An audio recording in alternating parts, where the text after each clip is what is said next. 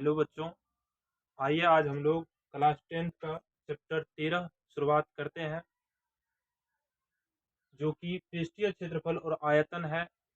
इसमें हम लोगों को 6 से 7 चीज़ें पढ़ना पड़ता है, जिसमें पहला चीज़ें घन है, दूसरा चीज़ घनाभ है, तीसरा चीज़ बेलन है, चौथा शंकु है, पांचवा शंकु का छिन्नक है, गोला है और अर्धगोला है। यह सभी चीज़ हम लोगों को इस चैप्टर में पढ़ना होता है। तो आइए हम लोग शुरुआत करते हैं घन से। पहले घन को पढ़ते हैं, उसके बाद घनाभ पढ़ेंगे, उसके बाद आगे पढ़ते चलेंगे, इस चैप्टर को कंप्लीट करेंगे। आइए पहले हम लोग घन पढ़ेंगे। घन जो बने होते हैं वर्ग से मिलकर के बने होते हैं।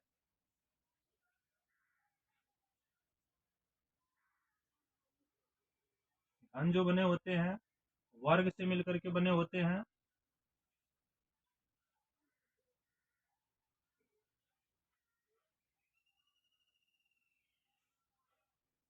इसका नाम है घन।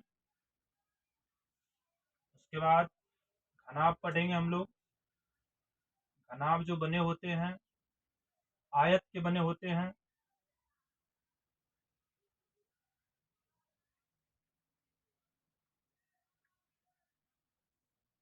घनाभ जो बने होते हैं आयत के बने होते हैं। आप लोग देखिएगा किस तरह से घनाभ बनाया जाता है।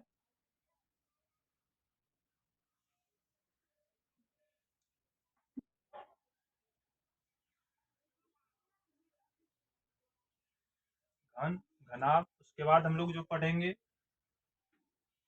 बेलन पढ़ेंगे।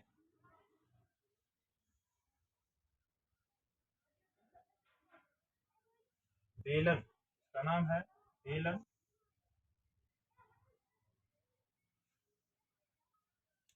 उसके बाद हम लोग गोला पढ़ेंगे।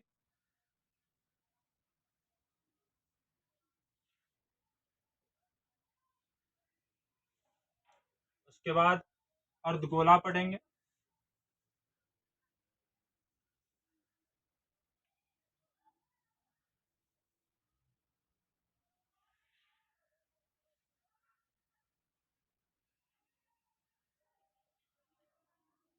आप लोग साथ ही साथ बनाते चलिएगा। उसके बाद हम लोग शंकु पढ़ेंगे।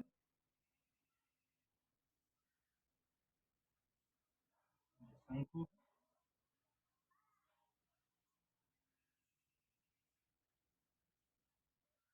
उसके बाद हम लोग शंकु का छिन्नक पढ़ेंगे, जो कि बाल्टी की तरह होता है। बाल्टी की तरह होता है शंकु का छिन्नक।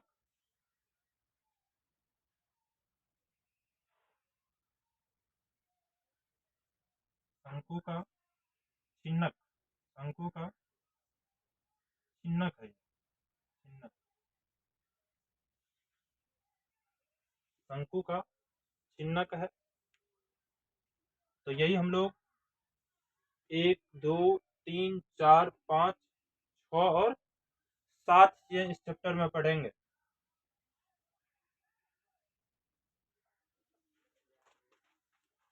आगे बढ़ते हैं।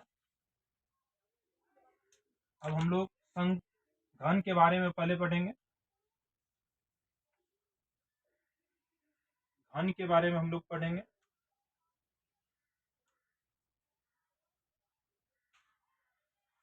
घन घन जो बने होते हैं, ये जो बने होते हैं,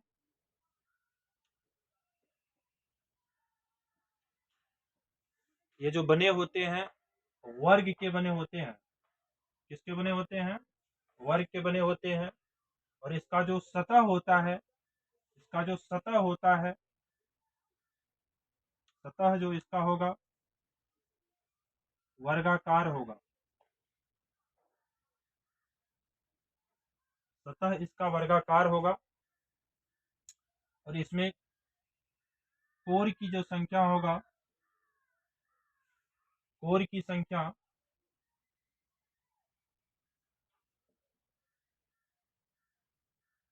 कोर की संख्या 12 होगा। आप लोग देखिएगा कैसे होता है 12। 1 2 3 4 5 6 7 8 9 10 11 और 12। कोर की संख्या कितना होता है? 12 होता है। कोर की संख्या 12 होता है। उतारते चलिए। और इसमें जो शीर्ष होते हैं, शीर्ष जो होते हैं, इसमें जो शीर्ष होते हैं 8 होते हैं। देखिएगा 1 2 3 4 5 6 7 8। इसमें जो शीर्ष होते हैं, शीर्ष की संख्या 8 होते हैं। और इसमें जो सतह होते हैं, सतह की संख्या 6 होते हैं। सतह की संख्या 6 होते हैं। इसमें सतह की संख्या 6 होते हैं।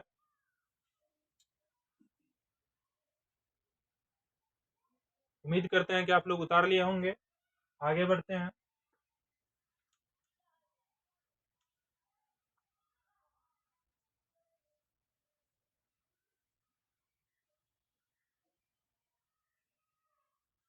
अब इम्पोर्टेंट कुछ सूत्र होते हैं इसमें। सूत्र सूत्र फॉर्मूला।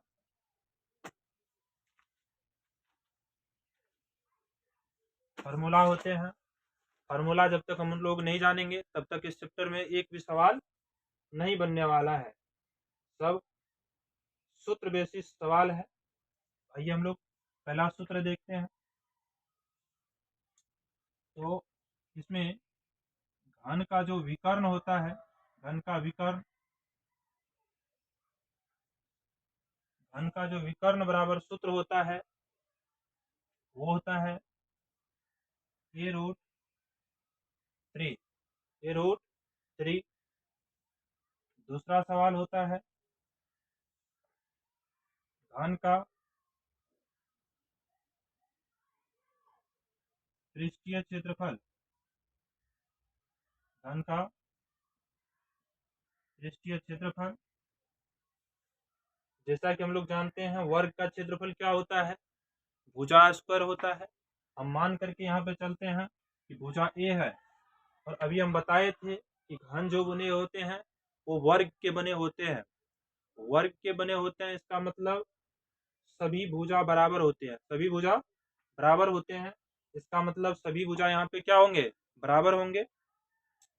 तो यहाँ पे हम जानते हैं कि घन में जो सतह होते हैं 6 होते हैं। घन में सतह कितने होते हैं? 6 होते हैं। इसलिए 6 गुना और वर्ग का क्षेत्रफल होता है भुजा स्क्वायर। इसलिए हम लोग भुजा का स्क्वायर करेंगे। और भुजा हम दिए हैं यहाँ पे ए, तो ए का स्क्वायर कर देंगे। इसी को हम लोग 6a स्क्वायर लिखते हैं। 6a स्क्वायर लिखते हैं। तीसरा जो सवाल सूत्र होता है इसमें ये होता है घन का आयतन। घन का आयतन। इसमें जो आयतन होता है वो हो जाता है a क्यूब। घन का आयतन का सूत्र होता है a क्यूब। घन के आयतन का सूत्र क्या होता है? a cube. अब ये सूत्र याद होना चाहिए। जब तक ये सूत्र याद नहीं होगा तब तक आगे सवाल नहीं बनेगा।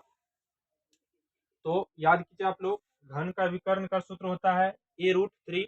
a√3। घन का पृष्ठीय क्षेत्रफल होता है 6a स्क्वायर। 6a square. और घन का आयतन का सूत्र होता है a क्यूब। फिर से देखिए, घन का विकर्ण का सूत्र होता है a√3। घन का पृष्ठीय क्षेत्रफल होता है 6a स्क्वायर। घन का आयतन होता है a क्यूब। ये 3 सूत्र है। आप लोग याद कर लेंगे। जब तक याद नहीं होगा तो इसमें सवाल नहीं बनने वाला है।